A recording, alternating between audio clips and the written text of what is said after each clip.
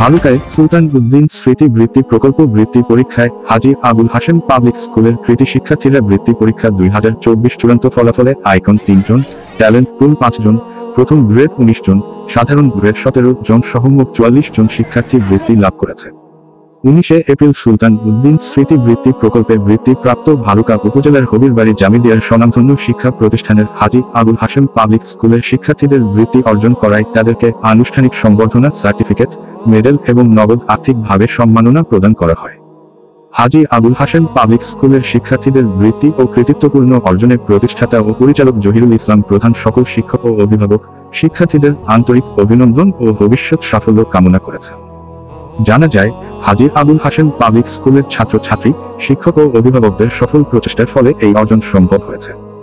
হাজী Abul Hashem public স্কুলের প্রতিষ্ঠাতা ও পরিচালক জহিরুল ইসলাম প্রধানের অক্লান্ত পরিশ্রমে স্কুলটি প্রতিষ্ঠার পর থেকে এক ক্লাস বৃত্তি সহ নানা কৃতিত্ব অর্জন এবং আধুনিক মানসম্মত শিক্ষা দিয়ে সুনাম অর্জন করে আসছে।